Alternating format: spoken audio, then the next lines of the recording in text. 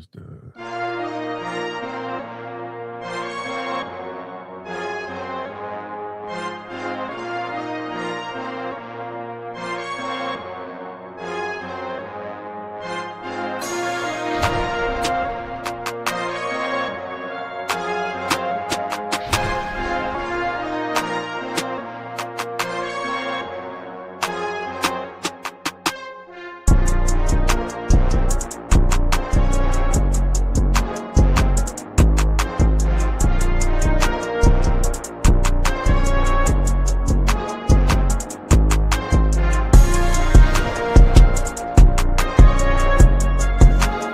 Cover is Sports Network.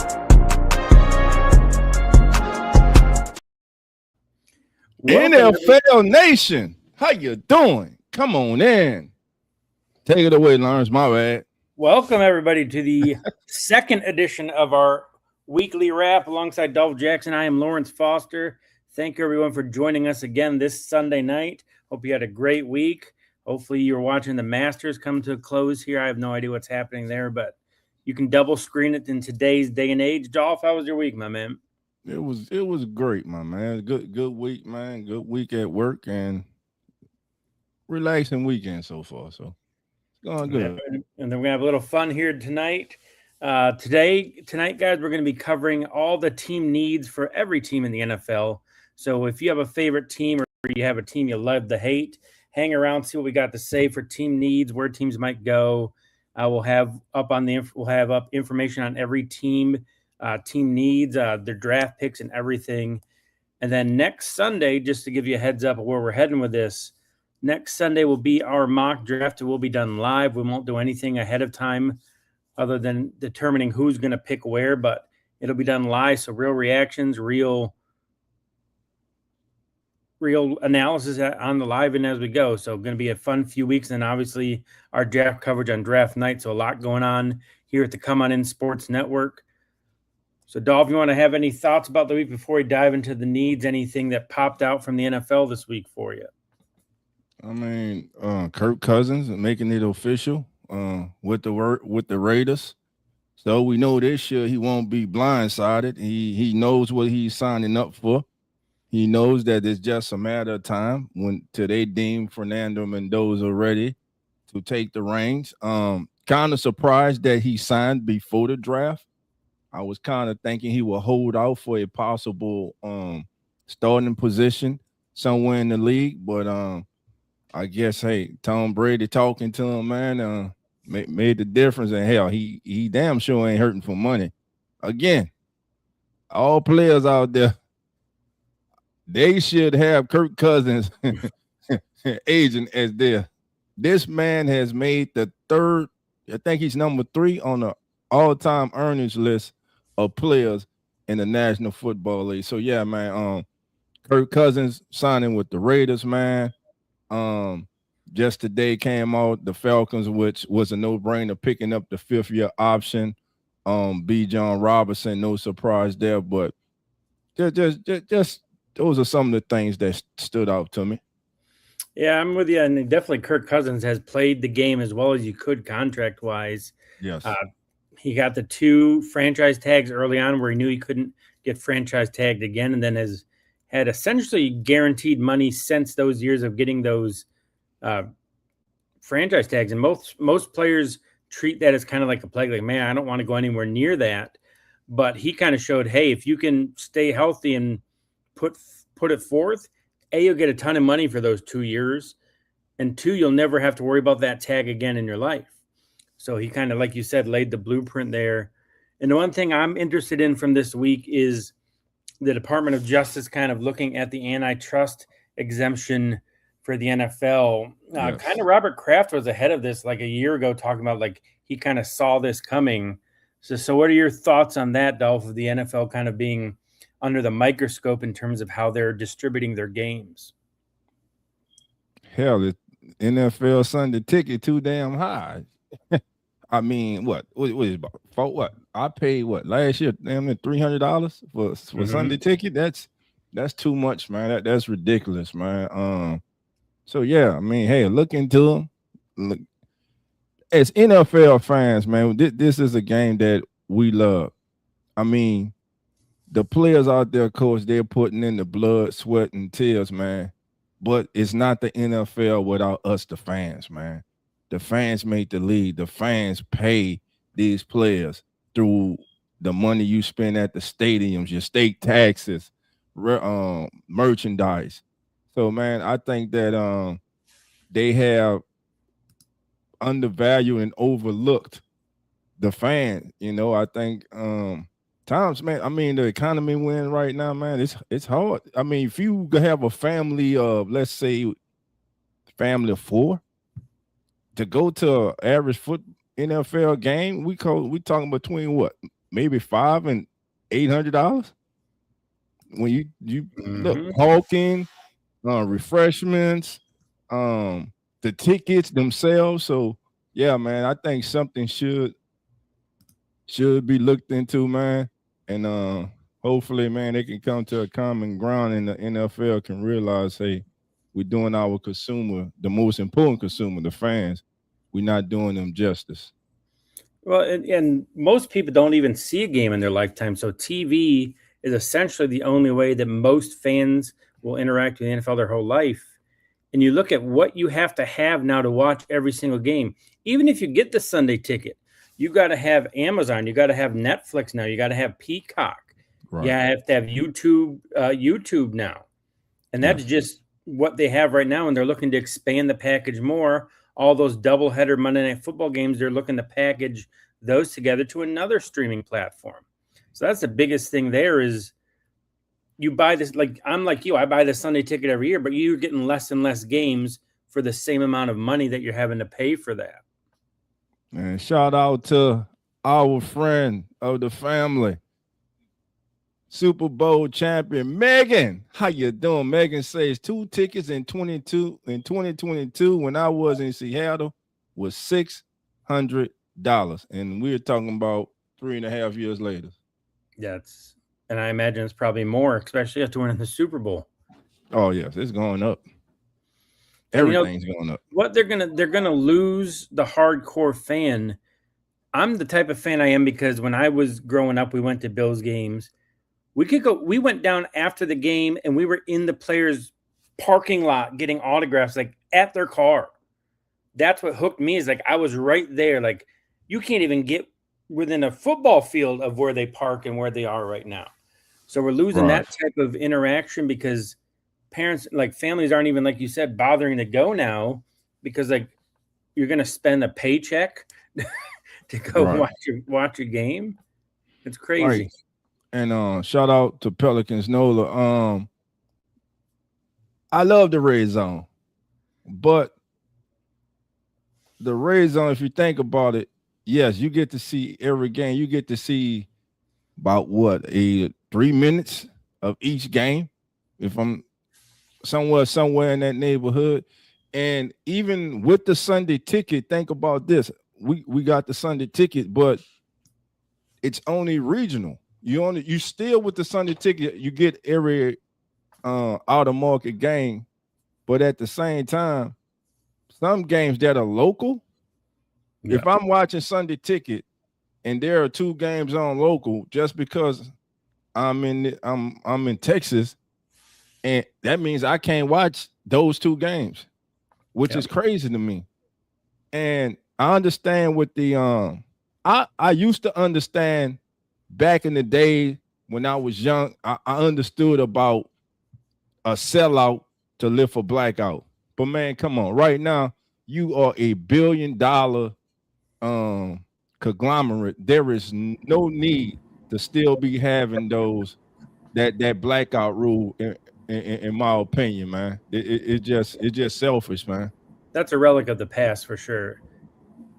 Yes, and Jeremy's joining us here on the Weekly Wrap. Welcome in, Jeremy, host of the Buffalo Bills Come On In Sports Network podcast. So welcome in, Jeremy. Good to see you. How we doing, my man? Doing well. Sunday night. So Jeremy, chilling. Dolph, how you doing, brother? What's going on, family? Come on, always a pleasure. Always a pleasure, my man. Welcome home, man. Welcome home. Thank you, brother. Good to be here. So we were talking about the NFL's antitrust thing being under the microscope, Jeremy. So I don't know if you've heard about that or thoughts and just the pricing. So what are your like? Are you in the man? This is a good idea, or you like how it is? Like, what's your thoughts on the whole situation? I think the NFL has gotten out of control. I think it has turned into a point of, I don't want to say price gouging and monopolizing, but that's what it is. I look at some of these other pro sports, like for instance NBA. You all know I'm a big Thunder fan. Number 1 seed, let's go Thunder up. You can go ahead and get the NBA pass for like $12-13 a month, which to me I feel like is reasonable. I think the NBA or the NFL, and I don't have it because thankfully I'm here and I have it, but the package for Red Zone and whatever it is, it's like what, $350-400? That's crazy. That's great. And you look at the ticket prices now, you've got, and I get everybody's doing PSLs, right? Bills are doing PSLs now. Everybody's starting to do it, but you look at like even ticket prices, food. And I think you guys mentioned this before I hopped in, you were talking about the cost. I mean, it's just crazy. I think the NFL needs to take a page from MLB, and you look at some of these teams. I think it's the Cardinals. I think for $20, you can get all you can eat hot dogs, nachos, soda, a couple other like concession items. Or the Falcons. If you want to compare football to football, Falcons have incredible pricing. And it's a beautiful. I've been to that stadium actually. I've been lucky enough to go on a suite to that stadium. For one of the companies I work for, we actually had an owner's suite in that stadium. Nice. No, it's not Mercedes-Benz. I'm not that lucky. But I mean, beautiful stadium. Prices are reasonable, and that's a major metro area, right? So I think they need to learn how what they want to do impacts the economy. It's the number of games driving the scarcity, driving the price. Yeah, I mean, agreed. It's supply and demand, right? But the problem is you start to price people out of it. And if you really want to grow the sport, in my opinion, yes, there's supply and demand, but there's also the basic numbers game of, if you look at most people, you look at the economy, the NFL has got to be smarter to realize, like, hey, gas is at least up here over $4.15 a gallon. You know, like, people are struggling to pay basic bills. They're not going to want to pay $400 for an NFL package. And I can't blame people for that, right? Like, I wouldn't buy it. I'd love to have it if I got it for a good price, but not for that kind of money. No way. Right. Hey, let me speaking of that, let me share this with y'all right quick. This is from USA Today. So the NFL did respond. The NFL said in a statement to USA Today Sports, with over 87% of our games on free broadcast television, including 100% of games in the markets of the competing teams, the NFL has for decades put our fans front and center in how we distribute our content. The 2025 season was our most viewed since 1989 and reflects the strength of the NFL distribution model and its wide availability to all fans. Bullshit. Agreed. BS. That's BS right there. That right there is local, 100% local. Yeah, you get your local team and you get one other game, but to see the rest of every other game in the league, you got to have Ray Zone. You got to have Sunday Ticket. You got to have, now I'm about to say league pass, but hell, like you say, now you got to have, you want to watch Thursday night games now? You got to get Prime. Hell, Direct TV, whatever it is. Yeah. Yes, it's crazy, man. But we all complained when we had cable. We didn't want cable, and now everything is streaming, and now it's to the point of everything that's streaming, you got to have 18 platforms for. It's like, it's no better than it used to be, because it's like now, if you don't have the 18 platforms, great. I mean, who the hell wants to miss? And maybe some people don't. I like Thursday Night Football. Like, I have Prime, thankfully, but like if I didn't, it's like, how badly do I want to watch those games? Am I willing to pay that money for it? Right? Or when they had games on Christmas on DirecTV. I don't have DirecTV. Yeah. I ended up watching NBA anyway then. So it's like, but Crooked Commish, come on in. Crooked Commish. The NFL only talks about fans when they're trying to use us to get positive things. Like, if they cared about the fans, the ticket prices and everything wouldn't be what they are. Like, preseason tickets cost the same as regular season. You care about fans. You know what your product is. Knock it down 50%. and let people that generally wouldn't go to a game have a cheap game to go to. Right. Blaze, how you doing? But But Zayday, but they've got me hooked. I've had the Sunday ticket for so long. man, I went I to a got to friend's have it. house once and they didn't have it, and we were stuck with the one game and they had on. I'm like, oh, this is the worst. I have the multi-stream with 4 different games up, and then I have 2 TVs running both Sunday ticket. So Right. people like me, they know I'm not going back to being stuck with whatever game my local station puts on.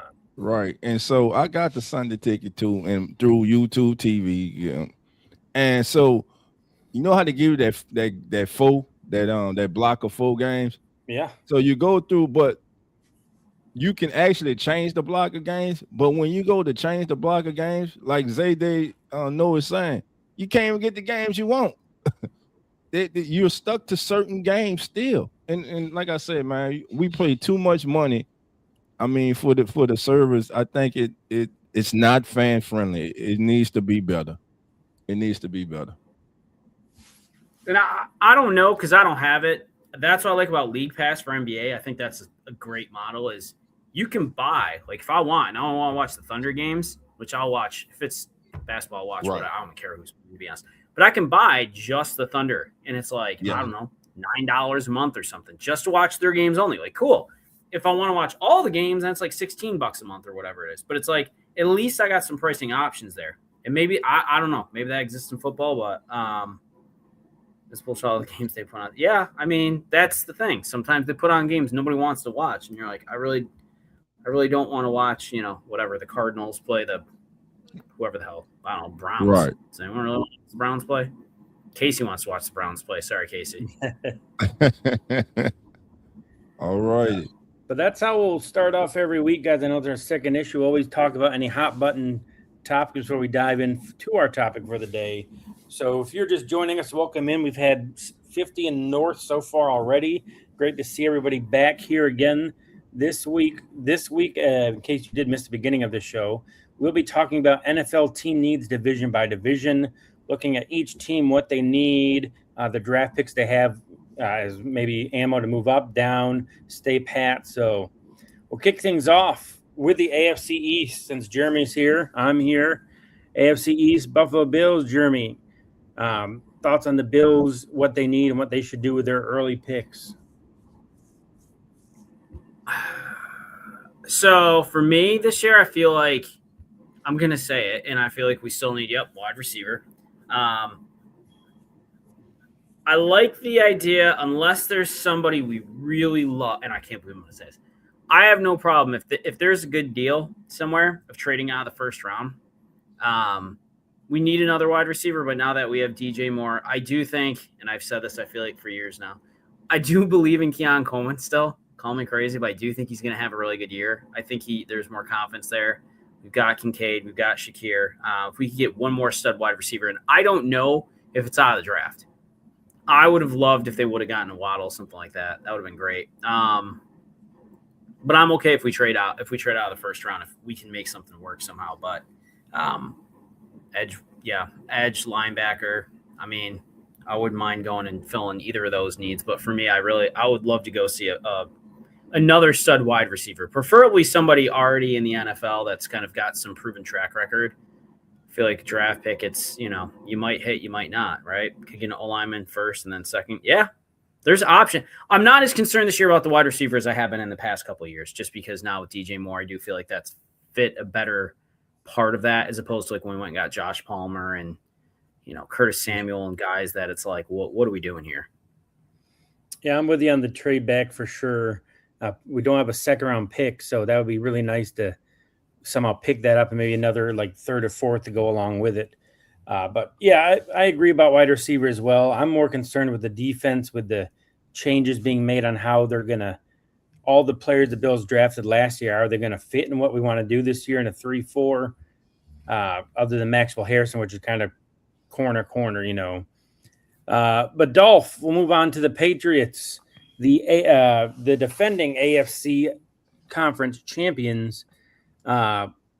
trenches on both sides. I kind of feel as a need. What say you about the Patriots and what they should be doing in the coming weeks with the draft? Another edge rusher. Look, Chase on had a breakout year last year. He cashed in with an $8 million payday, but they need more juice up there in that pass rush. Listen, I like Zion, the kid from Missouri. What's the kid? Zion, last name. Help me out, chat. Y'all know what I'm talking about. The kid from Missouri, Zion. That young man, I believe in the second round, maybe at the end of the first round, that'll be a good selection for him. They need to get some more juice up front. Oh hell, even at defensive tackle, Caleb Banks from Florida. Watched him at the Senior Bowl. Really disrupted interior defensive lineman. Really talented man. And of course, listen, all these kids coming in. Thank you, Mike. Zion Young.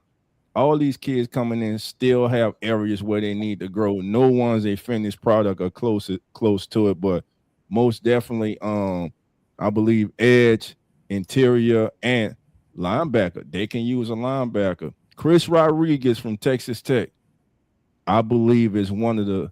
And he's not a sleeper, but he's a really, really good football player, and he kind of fits that Patriots mold. So that's someone possibly at the end of the first round we can look at the Patriots possibly targeting. And to me, there's somebody that would be a good trade back target for somebody looking to get up in the first round and get a fifth round option. Like you said, Dolph, the players and needs they have I could see better as second round picks. I'll move back like 5-10 spots and get extra ammo for sure. Jeremy, moving on to the Jets. The Jets and Dolphins, I almost just wanted to put everything for both teams as needs, but I didn't want to be that cruel. I wouldn't agree with everything for both. I would differentiate a little bit. And to me, I mean, yes, I do agree to some extent. They both need a lot of help. I think they're going to have a tough go this year for sure. I think the Jets are the bigger mess if I had to choose between the two. And the reason I say that is because, and I've always been high on them, and I've said it in the show before, so I'll bounce back and forth. But to me, at least in my opinion, the Dolphins have solved one of the problems the Jets haven't, which is quarterback. I love Malik Willis. I always have. I loved him when he was at Liberty. The kid he's fast, he's mobile, he reads well. He was not set up for success in Tennessee. I was glad to see when he came over to Green Bay and he got opportunities to fill in. He really rose to the top. So I think Miami at least is in a better situation there. The Jets, at quarterback, really? Are we sold on Geno Smith going back to the Jets? Is that we're really? That's the best they could come up with is we're going to go get Geno Smith, who we rode out of here, who was a disaster in LA, to come back and save the Jets organization. Absolutely not. But what else was out there, though? What? What else was out there for him? I mean Kirk Cousins. I thought Kyler Murray was going to go there. I thought that'd be a perfect. I thought Kyler Murray. I mean, this is what about no way. Take a chance. Go after Anthony Richardson. Take a shot on a project. I don't think Geno Smith coming in where he is in his career and paying him that kind of money is going to do you any better than if you brought in another project to at least throw him into the fire and see what you got, in my opinion. I mean, I don't think they did themselves any favors bringing in Geno Smith. That's my own opinion. Hell, you could have moved Tyler Taylor again. So Geno, they bring Geno in. I believe they're going to target Todd Simpson. Not with number 2. Two, that's the next best option. Yeah, 16 at 16, but everybody know he scares the hell out of me. You know why? Only 15 career starts. I don't care. I understand the talent, the upside, all that. 15 starts. Richardson, same problem. Look what happened to him. You just said the same. But I'm gonna say this: Todd Simpson is a better quarterback than Anthony Richardson at this entering the NFL than Richardson was. Agreed. I would definitely say that. But I believe Geno Smith as he just a placeholder. He's gonna be there if they get Ty. Right? Yeah. If he gets Ty, if they get Ty Simpson, it's just a matter of time till they deem Ty Simpson is ready, and then Geno will step to the side. But you look at what the Jets have 4 picks in the first 44. Yes. Yeah. Like they can get They whatever can go get they a couple want. quarterbacks. They can package things together and move up and get somebody. Like they're going to I be mean, like hell, call the Browns. They got 18 quarterbacks on their roster. right. What It'd be I a- hope the Jets don't do, I hope they don't try to package those 2 first rounders to move up. Actually, they need every pick. You know what they should have done, Dolph? I'll tell you what they should have done. I think this would have been a good move. And I'm curious what your thought is because I'm a big fan of this guy. What if they went and tried to go get Spencer Rattler? What you giving us? No. then we gonna need a backup quarterback because Zach Wilson damn sure ain't it. I'm sorry. I'm sorry. I'm sorry. I'm just not on board with that. I'm just not. But I mean, what it depends, maybe a 4 or 5. 4. Give us a 4 or 5. Hey, we take that. You know. But I'm gonna tell you this: Kellen Moore really likes him though. So no, there's that. Yeah. And then Miami, Jeremy said really likes Malik Willis going there. My problem with that is like, who's protecting him? Who's he throwing to? No one. Washington. I feel bad for him. I mean, that's that. And they traded Jalen Waddle after he signed there.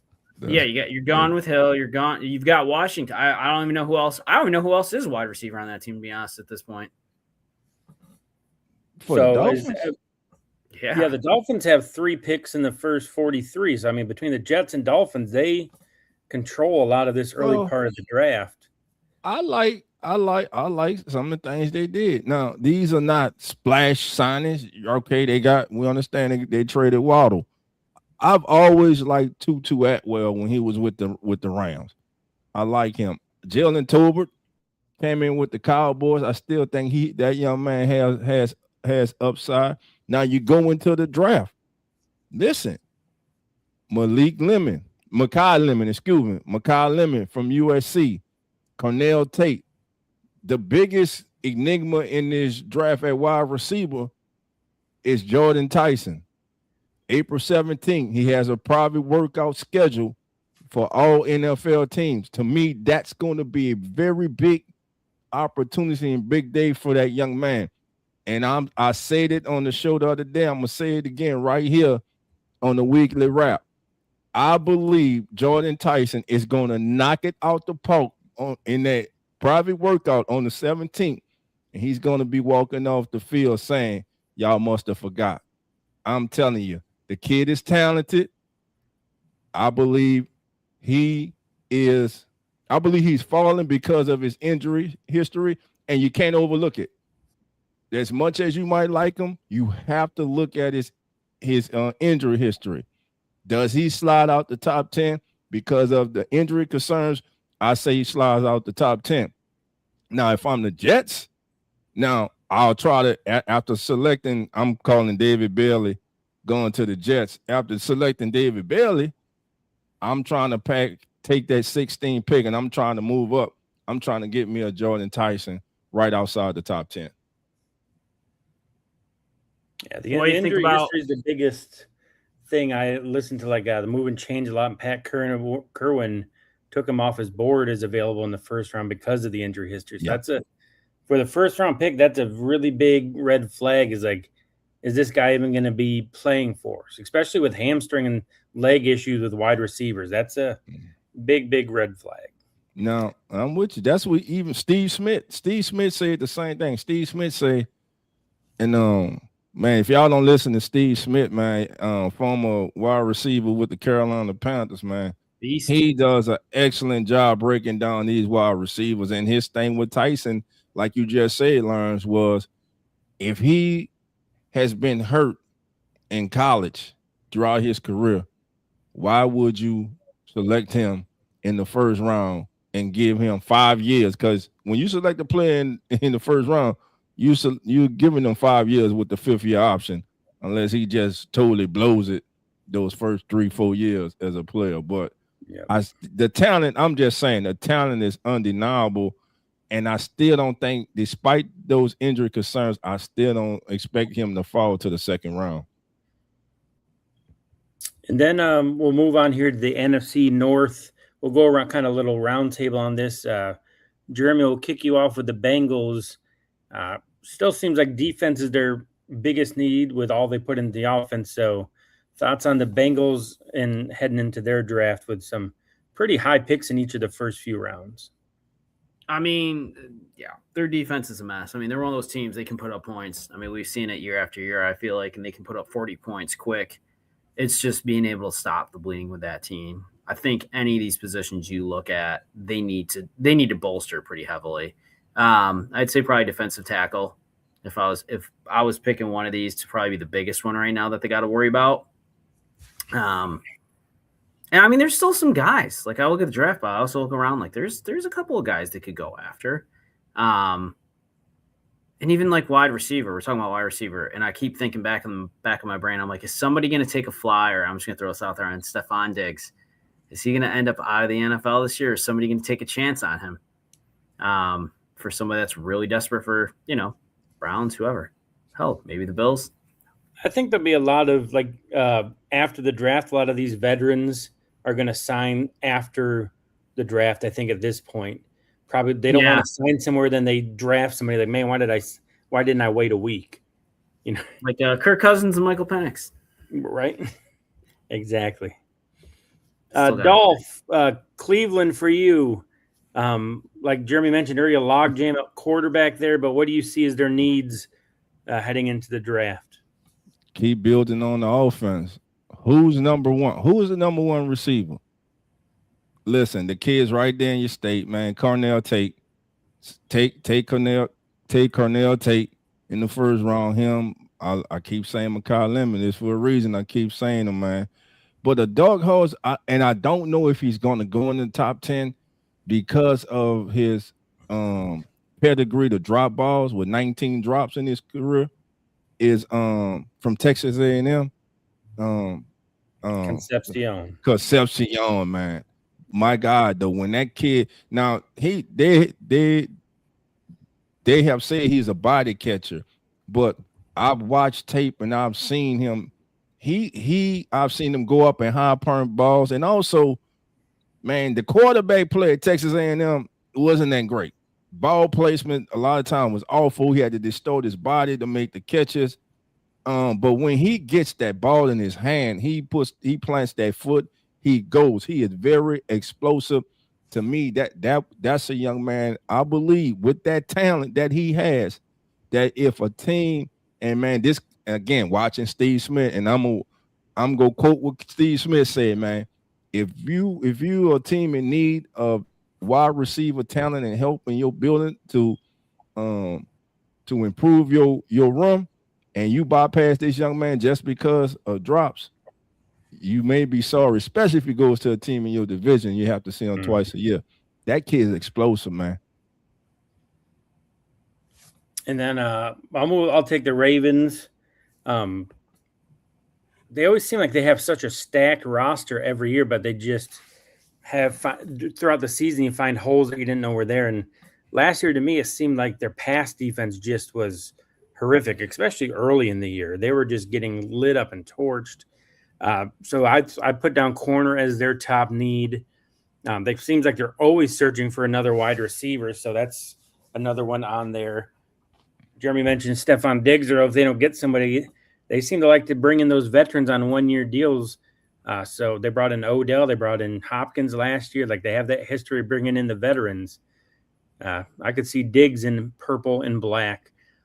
But Baltimore picking in the middle of the first round, it still doesn't compute with me. I'm used to them being in the the low, the upper 20s. Yeah, the back end. 11 picks though. Yeah, and they're going to get impact. Like you mentioned, all these receivers, Dolph. Imagine like Mekhi Lemon in a Ravens. I'm sure they wouldn't mind that. What did the Ravens draft? What they at? 15? 14 in the first, 13th in the second. 14. Yeah. I don't think Mekhi gets there. I don't think he gets to 14. I don't. But imagine him with Zay Flowers and that Ravens. Man, that'd be the perfect compliment. That'd be the perfect compliment. When you think of Lamar passing, who do you think of catching the ball? Mark Andrews, right? Oh, I know where you're going. Yes. Andrews is getting old. They lost likely. There's only one really first-round talent, Sadiq. I think he's an under-the-radar pick here for the Ravens that might not be on anyone's radar, but as the best tight end in a team that really highlights and uses them, I could really see them going that route as well. So is he the best tight end because of the 40 time he ran? Because I like the kid from Vanderbilt. I still like Eli Stowers, and it seems like they're even talking about him as looking at him as a wide receiver. So I believe there are 2 first-round tight ends. Matter of fact, I believe Eli will go in the first round. He won't be in the second. He's going to go in the first round. So 2 tight ends, in my opinion, would go in the first round. I know what y'all are saying. Dolph tripping, but hey, damn it, this is my opinion too. I ain't got to be on ESPN just to come on in Sports Network. Damn it. But yeah. Welcome in, normal guy. And Dolph, you're on a roll. Let's have you finish this division with the Steelers. Oh man. Will Howard, man. Let's just roll with Will Howard. I'm tired of hearing all this. Oh, we done had good talks. Who gives a damn? Aaron, either your ass go play or you not go play, man. We tired of all this, man. That's all you got. Listen, that pickup from the coach that they did. What's my guy name? Come on, man, help me out. Mike McCarthy. Michael Pittman. No, Michael Pittman. That's Pittman, a very I love that kid. Under the radar signing. Him and DK Metcalf, you now have 2 physical wide receivers who are able to take advantage of the entire field. And you know what the Steelers go do in the draft. They go get them a big, nasty up front, a guard. The Steelers might be the only Steeler Nation might be the only fan base that embraces selecting offensive linemen in the first round, while every other fan base, including mine, cry like babies when we don't select skill position. But when the season starts and they can't block nobody like they're a wet paper bag, then everybody want to cry. So, but yeah, man, I love the Pittman addition. I believe Aaron Rodgers is going to play. They say he's supposed to get him an answer before the draft. If not, they're confident. They really like Will Howard. In fact, McCarthy said Will Howard would not have lasted as long as he did last year in the draft if he was the coach. That's coach talk. That's a new coach trying to build the confidence and get the team around him. But we'll see, man. Steelers, I believe they're going to have a winning season with Mike McCarthy. I just believe that's just a winning franchise. Now, when we get to playoffs, we'll see. And then moving on to the AFC South, kind of a topsy-turvy year last year. The Jaguars winning the division. Houston once again making the divisional round. That's kind of their hill they can't pass is that. So start off with them. Jeremy, Houston. Defense is top of the line, but the offense, just something's missing. So what do you see with them heading into the draft? Same thing. Just like Dolph said, just like Dolph said with the Steelers. It's not a sexy pick, but they need guards. They gotta help. They gotta help CJ. Like that, I don't know, man. He needs help. That whole team needs a lot of help in the front line. Their running game is abysmal. CJ is struggling to get time to make the throws that we saw as a rookie. I still think the kid's got talent, but they've got to get him some protection in the draft. Mm-hmm. And it's not an exciting pick, and they're at the back end of the first round, but there's still going to be talent available for them to pick up to help reinforce that. But that to me, far and away, is the biggest problem they've got to fix this season to try to have any sort of success if they're going to do it. And I great coach, I think great quarterback. They've got to fix that line desperately. And they got the 6th pick in the second round, so they can really double dip at that offensive line and get 2 really impact guys that just, like you said, solidifying. They may not be sexy, but if you're a true Houston Texans fan, that's sexy is having your quarterback upright, being able to have time to throw.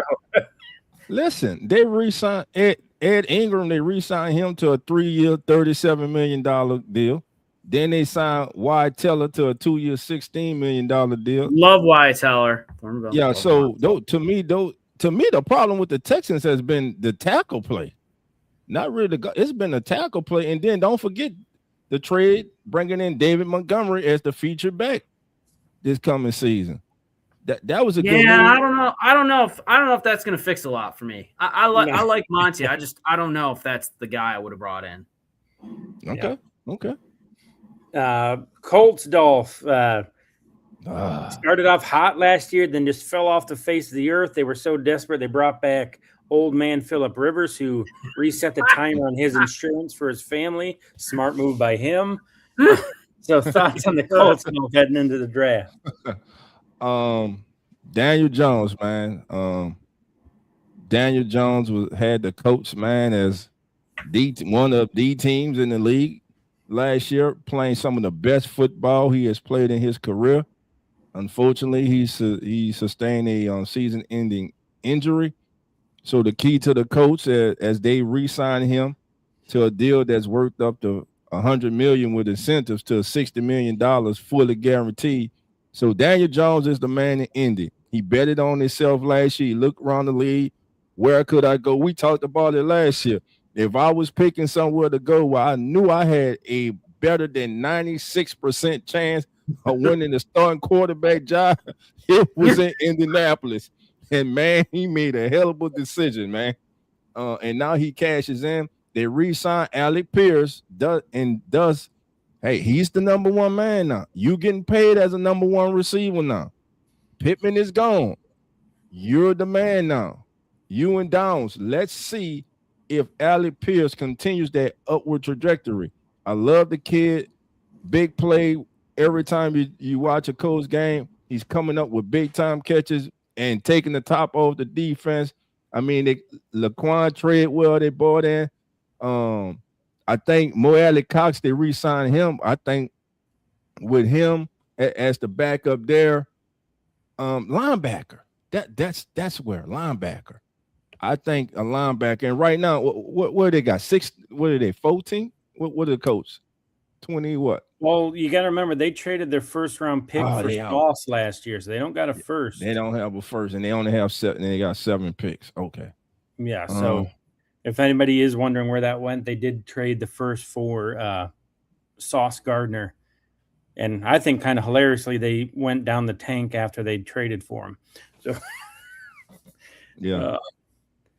But moving on to the Jaguars, the surprise winners of the division last year, but lost to my and Jeremy's Buffalo Bills in the wild card.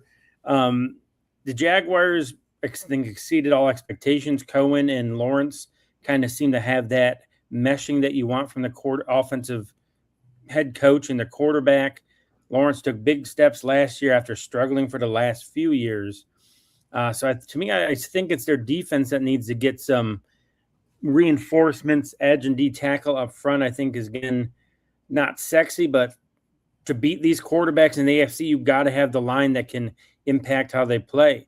You look at the gauntlet of what the AFC has just outside of their own division. You got Josh Allen, you got Bo Nix, you got May, Burrow, you got Lamar Jackson, Herbert. So to get anywhere, you've got to be able to impact it. So I think the people that impact the other team's quarterback is where they go. They also do not have a first-round pick. Their first one is 24th of the second round, so they're going to have to kind of wait and be patient for a little bit. But I think defense for sure for them. Jeremy, the Titans, the number 4 pick in the first round, a bunch of high picks early. What do you see? Do you see them going kind of reinforcing Cam Ward, getting him some help all around? Yeah, I mean, I think for them, if I'm looking at this, obviously I'm thinking offense, and I will go wide receiver over running back. I mean, Wan'Dale Robinson, I like the guy. To me, it's almost like it's an upgrade of like a Josh Palmer coming in. Like, he's good, but he's nothing that screams he's going to be a stud. So for me, looking where they are, I think you go wide receiver. I don't necessarily think you need to take one at 4, but you do have your pick of the litter at 4. Even if they wait till the second round, they're still going to have some good options picking 3rd in the second round. So to me, it's wide receiver first and then running back they've got to give Cam Ward some help if they really want to see what he can do. They need to give him some weapons because he hasn't had them to give him a shot. Okay. I think that's going to be the first surprise of the draft. I think Love is going to go there, the running back from Notre Dame. I mean, I wouldn't be sad about it. I love Love. I love Jeremiah Love. Guys, he's just a beast. He's such a pure player. And at 4, if I was Tennessee and I got him at 4 and they did take him, I would not be sad about that. I think the kid's going to be an absolute stud. I think he's just the complete package. Arguably, the best player in the draft. Yeah. He's in that conversation. Arguably. Instantly transforms your team. To me, he has that Jamil Gibbs, B. John Robinson effect.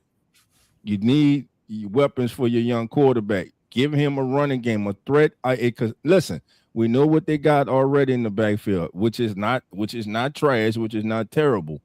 But when you talk about a talent like this, he's different. That's a different talent. Now, speaking about Wan'Dale Robinson, I like him. The last 2 years, his production has increased. His first year at the Giants, he had 23 receptions. The next year, 2023, 60 receptions. 2024, 93 receptions for 699 yards. Last year, one less reception, 92, but for 1,014 yards and 4 touchdowns, and 39 of his receptions were for first downs. So I like Wan'Dale Robinson. This receiver class for this draft is deep. I believe at number 4, you go Jeremiah Love, and in the second round, you go get you a big body receiver, Surratt from Indiana's there, Ted Hurst. Yep. Oh, I love Ted Hurst. Y'all that. Ted Hurst from Big Georgia State. Georgia State, right? Everybody's Yeah. going to be talking about, that's Georgia State. He's Ted a beast. Hurst, 6'4", 200 and something pounds, fast, athletic. I'm telling you.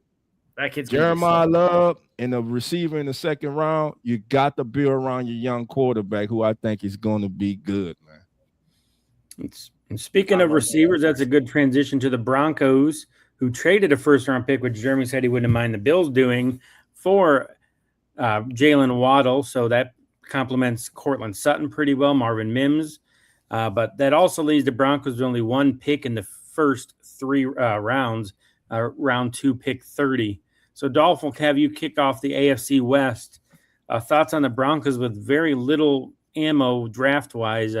What do you see them doing in the draft? Like you said, they addressed it with Jalen Waddle in the trade. Look for them.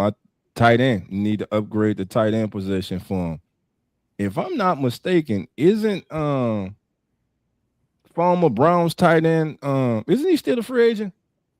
Yeah, and Njoku's still a free agent. Yep. Yeah. Well, would he not look nice there?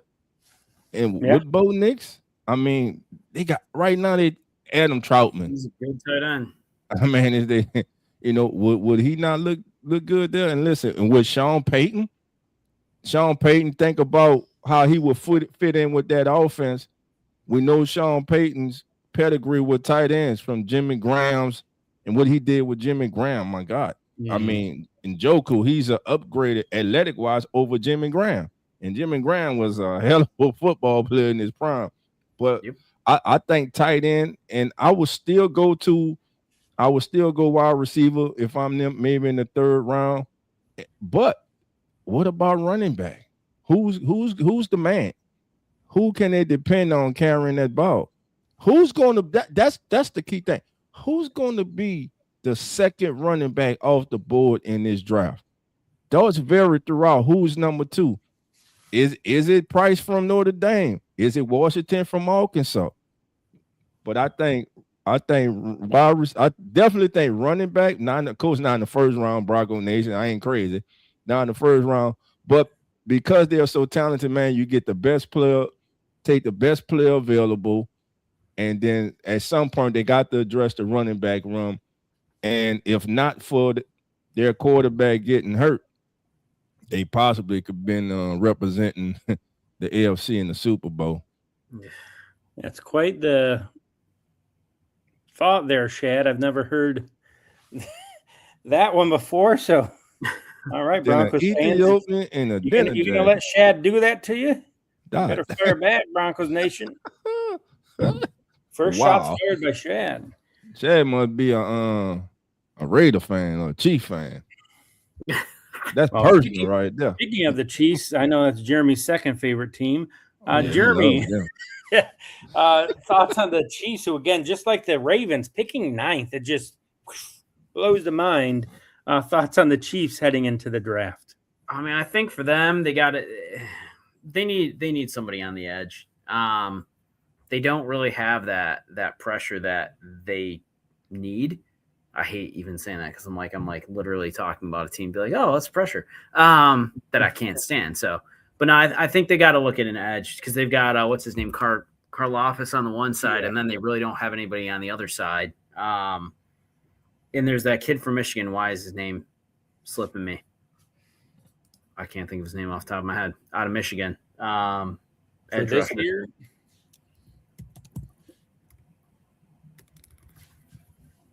I'm trying to pull it up for you. I know. Derek Moore. Oh, okay. They got to get some help and they got to get pressure. Wide receiver. Yeah. Not as much as they probably need edge rushing though. More than anything is defense. I mean, it's going to be interesting with them this year because I'm going to be curious to see with Mahomes coming back. Does he come back for the season? How healthy is he? How are they going to look? I hope they suck.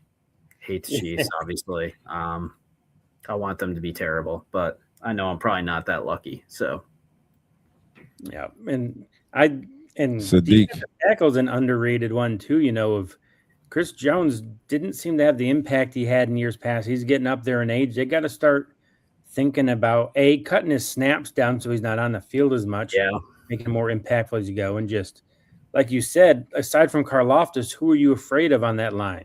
Nobody. So they 100% need help across the defensive line. Doesn't really matter I don't think, who they get.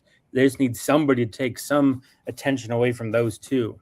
As good as their defensive coordinator is, Spagnuolo, like he can't manufacture everything. They got to have players who can. You got to have some help somewhere. Yeah. Akeem Mesidor from Miami. Would that be too high? Do you think that'll be too high for him at 10? I mean, they got a second first-round pick too. So I mean, if they want him that bad, they could package something and get him and get up there and get him if they wanted to. If they don't think if he's not going to hang around that high. I don't know if he will be. I'm going to say something that I think is in play and should be in play. We know Travis Kelce, though he resigned on a 3-year deal. Travis Kelce, I don't think is going to finish that contract. They got to find his replacement. Yeah. I don't think he's going 3 more. I think Sadiq's going to be on the bowl past 10. At 10. I'm just saying, Sadiq, learning from Travis Kelce, Mahomes, man. Yeah. Listen, you might not like him. Then listen, we totally overlooked them getting the Super Bowl MVP, Kenny Walker III. So now they got a running game that they can count on. And then they go and get Sadiq. My God. That 12 personnel, Sadiq and Travis Kelce, Kenny Walker III, Worthy, Rice, man. I'm just saying, I ain't a fan, but I ain't a Chiefs fan, but I'm a football fan. I wouldn't mind seeing that. Shout out to the kingdom, baby. And just speaking of them, like they didn't even make the playoffs last year. So you look at this division, the Broncos, AFC Championship, probably beat New England if Bo Nix doesn't break his ankle at the end of the Bills game. Chargers are there. They just need more help. I mean, they got decimated on the offensive line. Not their fault. All their guys got hurt. And then a team I'm going to talk about now, the Raiders. I think they're in position to get up to 7-ish wins this year with what they've done in the offseason. They, like Dolph mentioned earlier, Kirk Cousins coming in so they don't have to rush Mendoza if they don't feel he's ready, which I think is smart. So bringing up them, obviously Mendoza is going to be the number 1 pick unless they just lose their minds. But they also got the 4th pick in the 2nd round. Like they're going to be able to continue to build around and get one of these wide receivers that's going to fall down. Like you mentioned, Tyson injury, if he gets out of the first round, imagine him going to the Raiders, a first-round talent to the Raiders, along with Bowers and Michael Myers, and then Ashton Jeanty. That's the makings of a good, solid offense right there. So I think the Raiders, strong free agency. They kept Crosby, which I think they're going to end up being thankful they did. And now they're in position to just build around Mendoza and get ready to, in 2 years, really make a charge towards the division.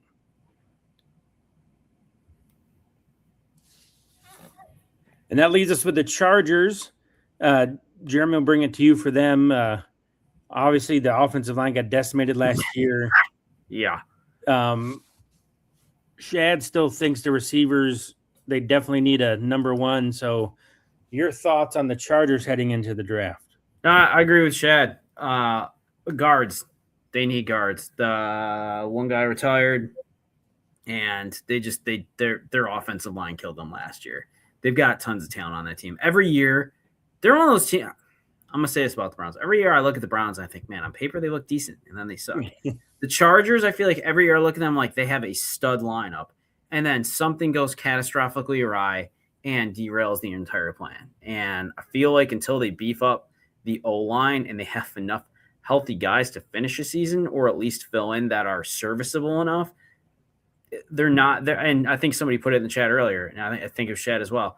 They're not doing Herbert any favors, and I feel bad for the kid because he's an incredibly talented quarterback, and they are wasting years by not having the offensive line he needs. I mean, you've got what I think is one of the best running backs in the NFL when he's healthy. I love Hampton. I think the kid's just absolute dynamite. And I think that team could just be a threat to anybody if they are ever healthy. And it just, every year, I feel like Herbert just has to try to find a way to win with running around trying to keep his life, Yeah, that's 100% true. And Always Shad injured. Says he's a Chargers fan, but he calls them rough, tough cream puffs. Shad, I'm loving the energy in the chat. Keep it up, my guy. Yeah, I feel for him, man. It's one of those teams I always think like AFC, like they're going to be one of those teams that could just, I don't know. All right, and we're done with the AFC, bringing us to the NFC now. We're going to be doing a little more rapid fire on this. Dolph will kick you off with the Dallas Cowboys. To me, it's much like the Bengals, defense. What do you think? Same thing, defense all day, man. Whichever top defensive player is on the board when the Cowboys select at number 12, bring them to Dallas. I don't care who it is. Now, listen, I'm going to tell you a kid that's scoring up the boards, and I think he's arguably the second best safety in this game. In this draft is Dylan Thielman from Oregon. 6 feet, 201 pounds, man, ran a 4.35 and had a vertical of 41 and had 18 reps with the bench press. You turn on the tape, you watch this kid, man, covers ground, very instinctive, smart football player. And that's what the Cowboys need. And right now, the Cowboys are hurting in the secondary. The only reliable person in the secondary is Deron Bland. They need help in the secondary in the Royce way. So Dylan Thielman, Caleb Downs, any help. I mean, Mansur Delane from LSU at the corner, that'll be a good selection for the Cowboys. Yeah. And the Hurricane, to answer your question, he signed a 1-year extension for this year. So he's just under it for this year for Trevor Penning. And I think you're right, Dolph. They need every level of the defense, so it doesn't matter who. They can truly go best player on the board, and it'll make an impact. Right. Jeremy, the Giants, big offseason for them, bringing in the other Harbaugh brother. Their defense, a lot of pieces there. Jackson Dart looks the part aside from him getting hurt. But thoughts on them heading into the draft with the 5th pick in the first round? I mean, 5th pick, wide receiver. I think outside of that, next position, if I'm them, that I'm focused on is cornerback. They don't have a stud cornerback. You got a Debo, but I don't think he's that good. Then you brought in Newsome, and I don't think either of those guys are true number ones. So I think cornerback is the number 2 spot I'm going with. Number 1, go get a wide receiver. you got your pick of the litter pretty much at the fifth pick. Take somebody big, take somebody strong that's going to get up there and give Dart some opportunities to make some more plays, especially now that you lost Robinson, right? We just talked about him being gone. You kind of got to replace that production with somebody. So if Neighbors is healthy and you got him on the other side, like you got a good setup there, and get somebody that can be a lockdown corner. That's the second spot I'm going with. Man, let me touch on it right quick. I know we're doing rapid fire, but with the Giants, Tremaine Edmonds, love that addition. Tremaine Edmonds, Isaiah Likely, and Patrick Ricard. The big man follows Hellboy to the Giants, and a underrating signing, but I think he's the type of player in the Wandale Robinson neighborhood. Kind of had a kind of drop off season with the Falcons. Is Darnell Mooney. I like that selection too, but I'm with you. I think they do need. I believe he could be. He's a very good slot third receiver. Go get you a number 2 receiver to Neighbors in New York. Yep. That moves us to the Eagles, kind of the underperforming team in that division last year. I didn't put it on there, but to me, Jalen Hurts is still a question mark of just all the stories that keep coming out of there. I always think of this saying, like, if there's smoke, there's fire. Like, why do these things keep leaking about him and the offense being held back by him? Like, you don't see that happening in teams unless they want it to happen. So, I mean, they're going to roll them, but I think that's just an under-the-radar thing to watch this year is how that relationship continues there. But edge, I think, is the biggest need for the Eagles. They tried to address it last year when they traded for Jalen Phillips from the Dolphins, who ended up going to the Panthers in free agency. So, essentially, they rented him for half a year. So, they still need the help there. They got a young secondary, which I like. And much as they have used tight ends, I think starting to look at a replacement for Goddard needs to be in the cards as well. And then they just traded for Dontavian Wicks, right? So I think the writing the wall that post June 1st, A.J. Brown is gone. So they might address that even more, knowing what's going to happen by taking a wide receiver at 23, like maybe somebody that can have developed like a Concepcion or a Tyson that they can take the risk of the injury because of who they have. So that's kind of how I see the Eagles. Quick thoughts on them, either of you, before we move on to Washington. Yeah. On the Wicks trade, man, I'm with you. I think the writing's on the wall for A.J. Brown. They even extended Wicks, giving him a 1-year extension worth $12.5 million. So he's a player that's definitely in their plans for the future. And the thing is, June 1st, when A.J. Brown is released, man, how many bidders would he have? Yeah. If you're a contender, everybody's going after him. You got to listen. The talent is undeniable. He might be reading novels on the sideline, but when he's locked in, he's a hell of a football player. I'll tell you my dream scenario.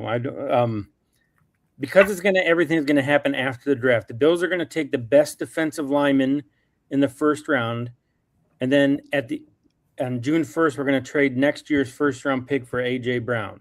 So if A.J. Brown, DJ Moore, Khalil Shakir, and we won't have to give up anything from this year's draft. That's my dream scenario.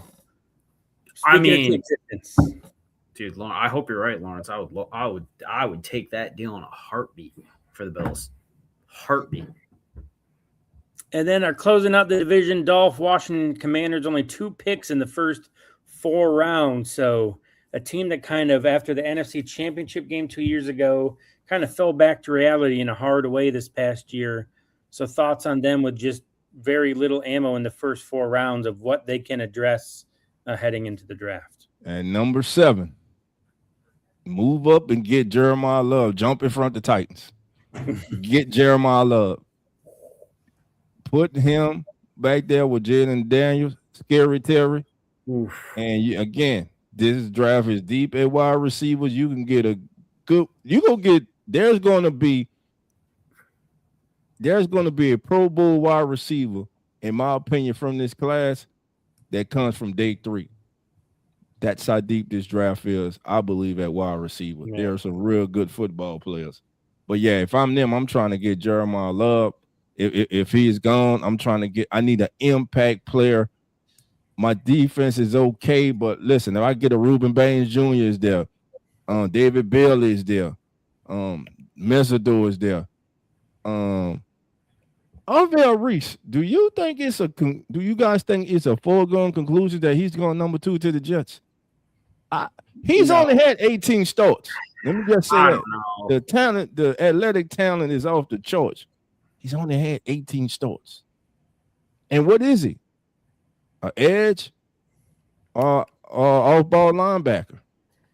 Yeah, I have not been a big fan of those tweeners that have been coming out recently. It seems like they miss more than they hit when somebody's like, well, they could be this or this. Well, I want somebody to just do one thing first and it can work on other positions. So that's I'm an Ohio State guy, so I love Arvell Reese, but I wouldn't spend the second pick in the draft on him. For me anyway.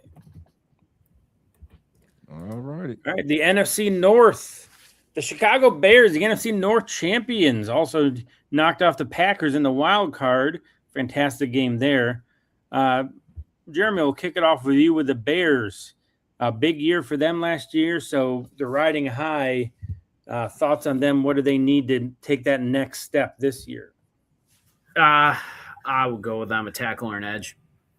Get some more pressure there. I think offensively honestly that team surprised me. I think almost out of anybody else. I did not expect the Bears to be as good as they were last year, and they were legit. But I think they got to shore up that defense more than anything else. Offensively, I think they're in a pretty good spot. They're picking to the back end of round 1, so there will be some options there, which I feel like if you're offense, and I agree with Dolph, I think there is going to be it is crazy. The depth at wide receiver in this class is absolutely ridiculous. So I think they're still going to have a lot of options to be able to get a good pick on defensive tackle or edge for the Bears at the back end of round 1. And Dolph, that Oregon safety you mentioned earlier, to me, what they're picking would be a perfect fit right there for them. Yeah, with Dennis Allen, then he's versatile, can go in the slot. Yeah, that would be a really good pick for him. All right, that brings us to the Lions and you, Dolph. They lost both their coordinators last year, missed the playoffs. Their offensive line, which had been a strength, kind of took a step back with all the changes there. So what does Dan Campbell in the Motor City need to do to get back on track this year? Reassure that offensive line, and defensively, they need another disruptive player off the edge. Hutchinson needs help, and I keep saying his name, man. There's a door. I'm telling you. To me, Reuben Baines, he's that damn good, but I think his counterpart on the other side, that kid's good too. I think he's been overlooked, but yeah, Mesidor going to the Lions. I think pass rush help is something that the Lions can use off the edge, and a tackle offensive line. Yep. And yeah, they want to get back to that style they played a few years ago. Trenches for sure. I agree with that. That brings us to the Packers. I'll tackle them. One thing I definitely know they don't need a wide receiver. They drafted a ton of them over the last 3-4 years. But again, defense is where they need to short up. Maybe a tackle, depending on offensive tackle, where they fall at pick 20. But they don't have a pick in the first round. So they're going to have to kind of be finding these diamonds in the rough later on. But they need defensive help. They need somebody to rush the passer. Parsons coming off the injury. I don't know how he's going to be from that. That's my main concern with them, is like if he's healthy, sure, they don't need help. But his injury was so late, like kind of late in the year, I question whether he'll be his full self until like maybe October, November. So just thoughts there, Dolph, Jeremy, like how much does his injury impact what the Packers do with the draft? Greatly impacts what they do. You need some. Listen, in today's NFL, you got to get after the passer. We know when healthy, Michael Parsons is one of the best in the game today. Like you said, we don't know how he's going to come back off that injury. But to me, the biggest thing with the Packers is They're a talented football team. Despite them not having the first round pick, this draft is littered with talent. And most successful draft picks are not selected in the first round. So with that being said, man, it's all to me, the Packers, it comes down to the head coach and the quarterback. They got to win when it counts. They got to stop coming up short. It's just that simple. The talent is there. Whoever they pick the best available player because they're a talented football team. Time for them to stop coming up short in the playoffs. Yeah, it's time. and then that leads us to coming up short. No, kind of pun intended. The Vikings with Kyler Murray. Jeremy, I'm going to just assume Kyler's a starter. So if we're going to take that mindset, what do you see? Shad brings it too. All ceilings are high for Kyler. Look, I love OU. I love Kyler Murray. So and all ceilings are high for Kyler Murray. Poor guy. No, I love that kid. OU. So big fan of his. Obviously, I hope it works out better in Minnesota for him. For me, it comes down to two spots. One, I would look at safety. They're going to have to look at what they're going to do at some point in the safety position.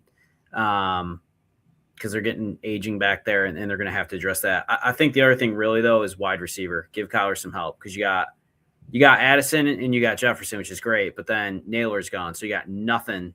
There's nobody behind him, and if one of those two guys goes down, you're slim pickings at that position right now. 18th in the first round, you got an opportunity to go get somebody decent, get Kyler Murray some help, set him up, and if he's not the answer, JJ needs all the help he can get. I don't know if he's going to make it. I don't know if he's the guy.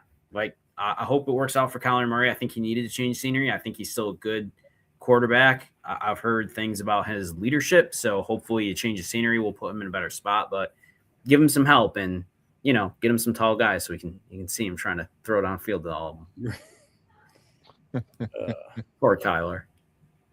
Yeah, from one small quarterback to another with the NFC South here. Dolph, we'll start you off with your man, Tua, the lefty group here in Atlanta. Penix, lefty, Tua, lefty. Left hand Johnny. We used to play a game called Left Hand Johnny. Every time catch you with some food or something in your hand that you're enjoying, we Left Hand Johnny had to give it up, man. They got two left hand quarterbacks, meaning they just can't get right. So can't get right. Can't get right. You know I gotta take my shot. Shout out my brother Cowboy. You know I gotta take my shot. Bye-bye. They just can't get right, man. The offseason division champions every year, those Falcons. But man, first of all, I think the Falcons defense, I love what they did last year with those two young pass rushers. Unfortunately, one doesn't look like he's going to be in the league probably ever again. I don't know, but wide receiver, they got to get a number 2 wide receiver in Atlanta. They have to. So I'm looking at wide receiver and I'm looking at cornerback. And all joking aside, I think in a controlled environment, I think Tua. So most of his games are going to be played inside, at home, on the road. He's not going to have to deal with too many elements. I think Tua wins I think he wins the job. Nothing against Penix. And I know a lot of Atlanta Falcons fans are like, I don't know though. Once Penix gets healthy, Tua wins the job. If he sucks, cool. You got Penix. Yeah, he's not really a bad spot to be in. Yeah, you're only really paying him for the league minimum. They're paying the league minimum anyway. Yeah. So it's a win-win situation for the Falcons. But I think they need a number 1, not number 1. They need a number 2 wide receiver for London. Kyle Pitts, of course, they re-signed him, franchise tag him, which was smart, but they need that number 2 receiver in Atlanta. Yeah. That leads us to the Panthers, who kind of backed their way to a division championship last year. But hey, division championship, and they gave the Rams as good a fight as anybody in the playoffs, in the wild card. So got to give them some props there. Jeremy, since I'll leave the Saints for Dolph, your thoughts on the Panthers after Bryce Young's most successful season as a pro? How did they take that next step? Wide receiver. They got Tet. I love that kid. I think he's going to be an absolute superstar. I mean, I don't even think he's got the best quarterback, and he put up just crazy numbers. And then you got Coker, and I think if you go and you get him another solid wide receiver to put out there, that team's going to be really well positioned to put up some great numbers. It's funny how that works sometimes when you find the right guys for the right quarterback. And what happened last year. And I'm happy for Bryce Young. I like the kid. I got a buddy that lives in Carolina, so I root for them when it's opportune timing for me or advantageous and they're not playing the Bills. So there's that. But no, I like Bryce Young. I was happy to see Carolina have a good season and manage to. Honestly, I thought they were going to beat the Rams. I was hoping they would, but still nothing to hang your head about if you're a Panthers fan. But go get Bryce another wide receiver and see what happens this year. I think it could be really exciting for that team. Yep. And exciting is how I think I would describe, if I were a Saints fan, my outlook heading into the 2026 year, which leads us to Dolph, your Saints, strong offseason, strong first year with Show and your new head coach, Kellen Moore. So what do you see in year 2 for both of them and the draft coming up? What do they got to do? First of all, I got to address Jeremy. So you say other than the Bills, so that means when the Panthers playing the Saints, you pulling for the Panthers. I got you, Jeremy. Nah, I like Spence. It's good. I mean, I'm mad he took the spot from Spencer, but it worked out well. Some great backpedal worthy of the combine right there, Jeremy. Yeah, all right, that's fair. All right, I can't walk it back now, Dolph. I got caught. You're right. Hey, but here we go. First of all, I'm not falling for it. All right, it looks good. Like I say, on paper, it looks good. We go out, we get David Edwards, arguably the best guard on the market. We bring Travis A-Chain home, back to the boot, as we say, baby. He's back to the boot. Tyler Shuck surprised everyone last year. Not even the coaches were expecting what they got from him. He played like a seasoned veteran in just 9 games. And the biggest area where he impressed was on third down in critical situations. Kellen Moore had an interview with PFF, and they asked him, when did you know that he was the guy, that there was something? And he pointed out those third downs, and he pointed out, I believe it might have been against Carolina when he got his first win, where he went to the line and he changed the play at the line of scrimmage. He changed the protection, he changed the play and everything, and he was successful.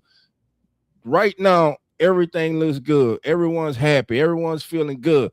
But I caution you, it's paper. Everything on paper looks good, but can you put it together? Can you take what's on paper and make and build it into a cohesive football team? Everyone's excited. We're drafting in the top 10 again. We were a bad football team last year. We were 6-11 last year. We won 4 out of the 5 games. Cool. I like what they've done in the offseason. Cool. But, man, prove it. This is a prove it year. Got to get Olave deal done. Got to get a number 2 receiver in there. Got to get some more punch in that pass rush, because right now Cam Jordan is a free agent. Demario Davis has moved on. I love bringing Caden Ellis back, but we have a lot of work to do, and it's gonna be an interesting season. That's what I'm gonna say. I'm not gonna be like these blind fans because of what your team done in the offseason. Oh, we go win the division. We go on the playoff. No, it's paper. Y'all know I do. Keep it real. Dolph is not drinking the Kool-Aid, ladies and gentlemen. No, sir. No, sir. No, sir. The Panthers won division 8-9. Stop acting like it's a hell of a division. We finished last in the division, but hell, we were 2 games out. Hell, they got in the division because we lost to the Falcons. How ironic is that? Levels asks, how good does it feel that the most important needs are not quarterback and offensive line, Dolph? Man, listen, quarterback. It feels great to not have to sit here and hear to talk about, will the Saints take Todd Simpson? Oh my God. Like, I'm so glad we ain't got to do that, man. Y'all understand what I know it's only 1 year, but this kid has been working in the offseason. This kid Tyler Shuck has an attitude. He has a swag about him, and he knows everything that was said about him in the draft process. He knows all those naysayers and doubters. That you just realize all of us that watch football, everybody here, everybody tuned in, the panel here, everything.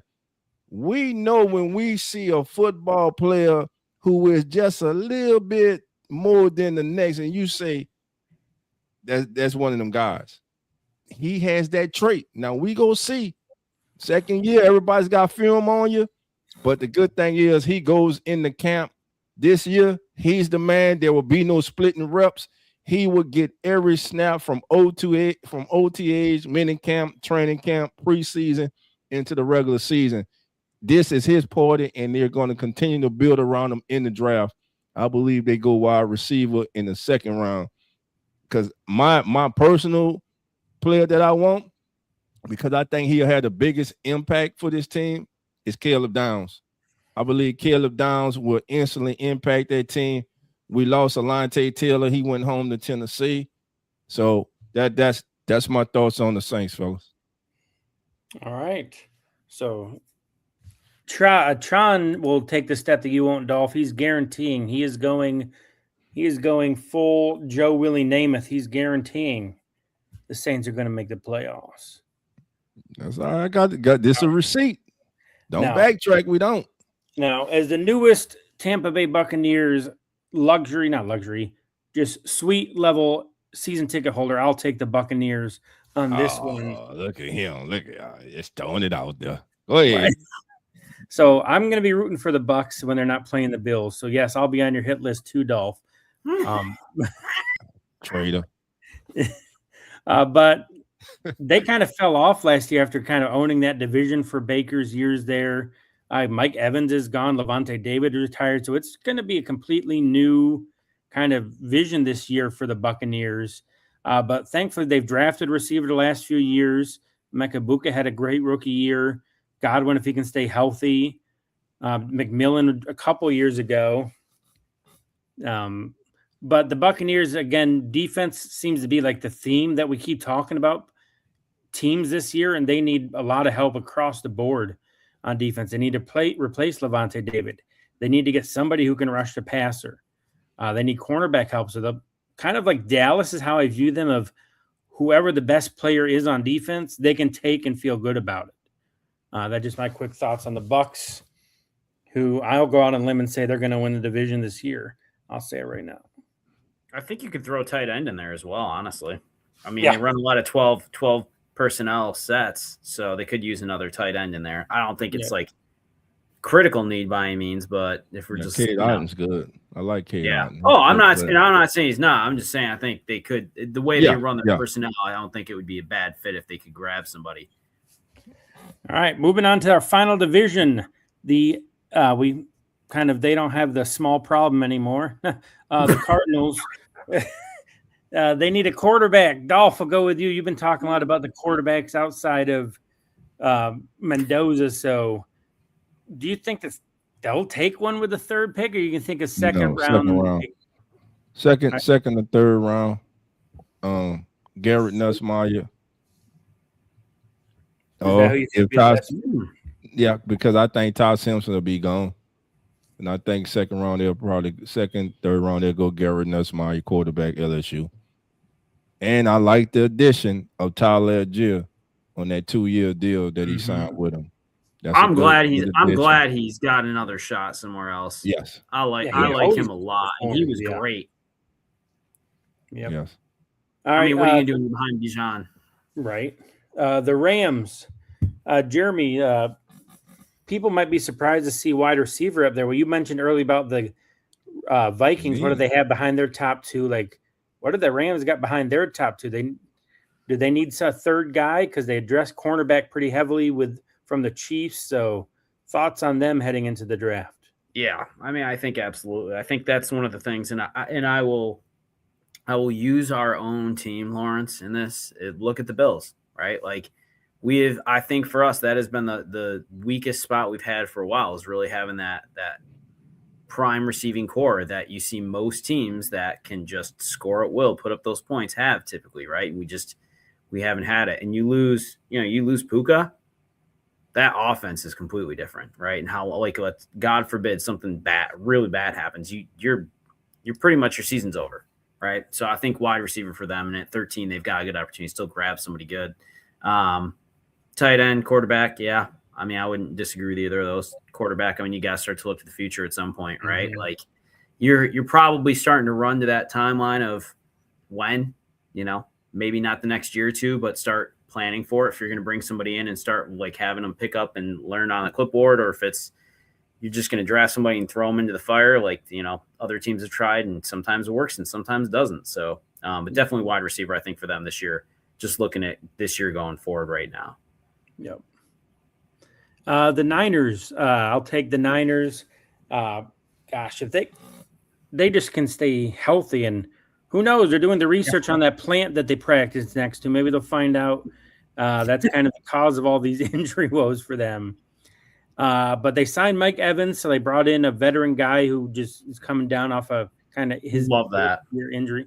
Yeah, and they CMC still at the top of his game. I look at edge, and I look at the offensive line. They, like you talk about, getting ready to replace Stafford. The Niners got to start looking at life pass Williams, at Trent Williams, and their other offensive linemen. Like, they got to kind of injecting some youth into that position. Dolph, your thoughts on the Niners? It looked like you're in thought there, so it looked like you had something to add for the Niners. You say Mike Evans, but hell, I love Christian Kirk, Mike Evans, and Christian Kirk. Yeah, in that receiving game, two dependable receivers. Listen, the man, Mike Evans, just when he retires, just walk him to the Hall of Fame.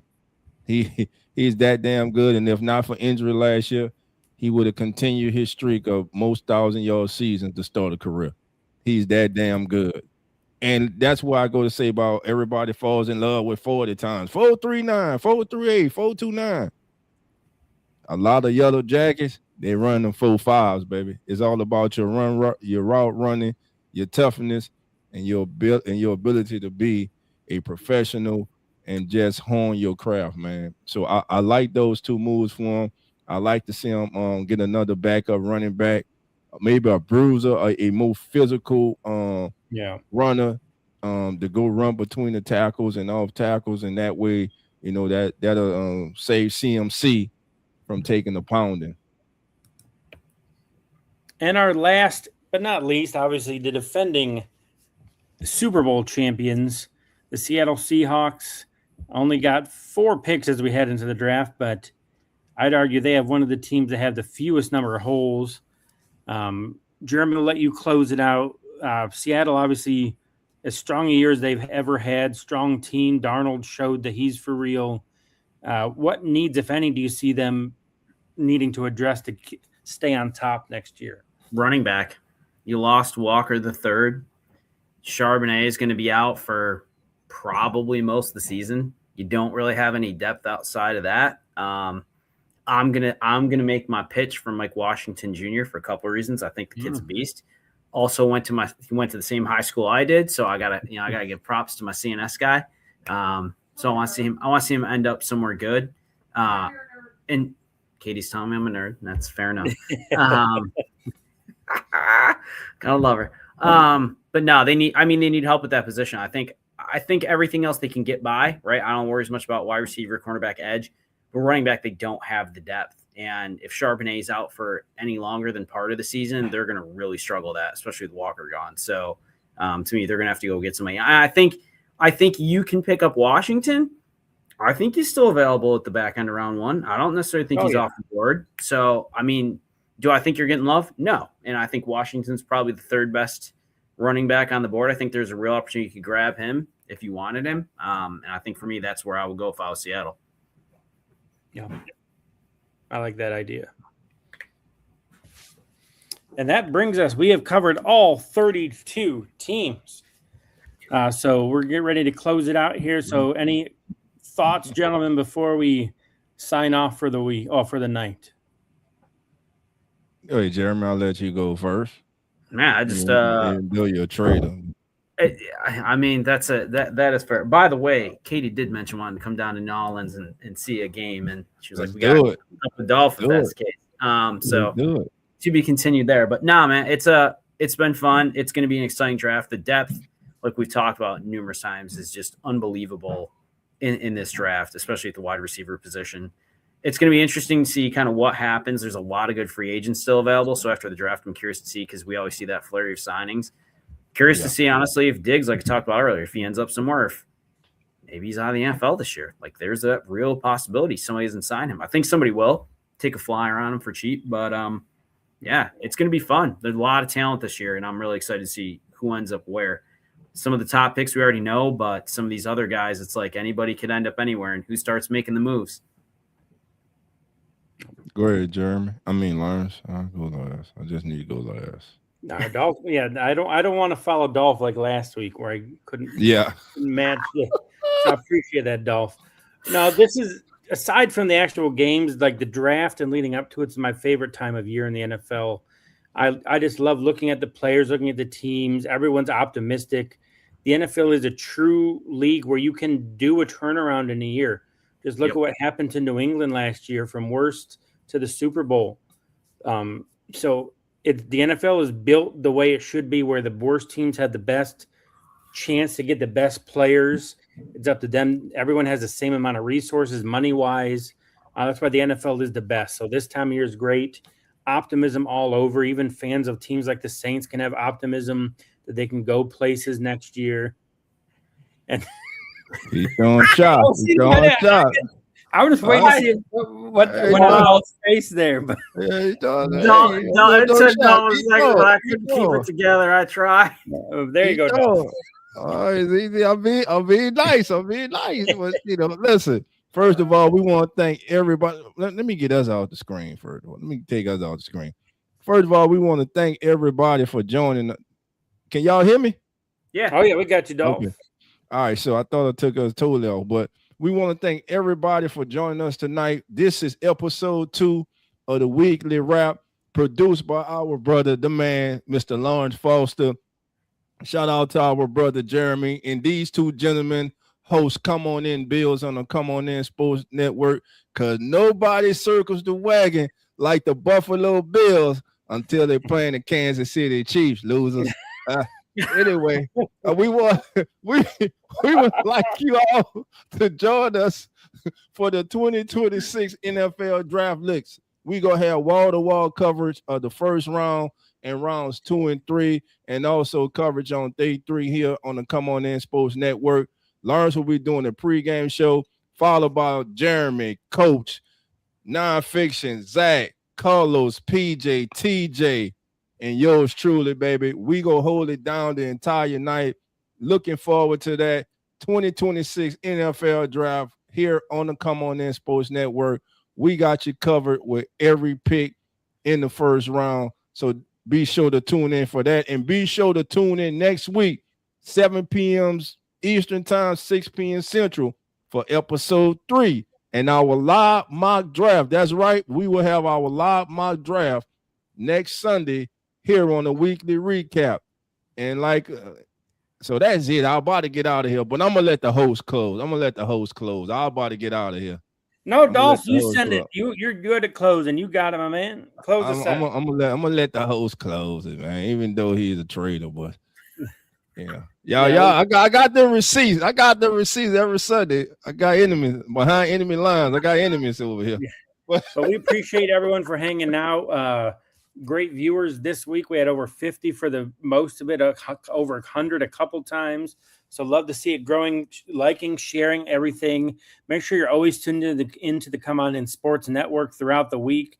You got Nonfiction and Zach doing NBA coverage, WNBA stuff. Dolph doing his daily stuff with the Saints. So whatever your jam is, we got you covered here at the Come On In Sports Network. And we will see you next Sunday for our live mock draft. It'll be a lot of fun. Your input, your thoughts, your reactions. We'd love to have it. We want you guys to help drive what we do every time we're on. So for Jeremy and Dolph, I am Lawrence Foster signing off for the night. And as we always say, the doors are always open. So come on, Come on in. Man.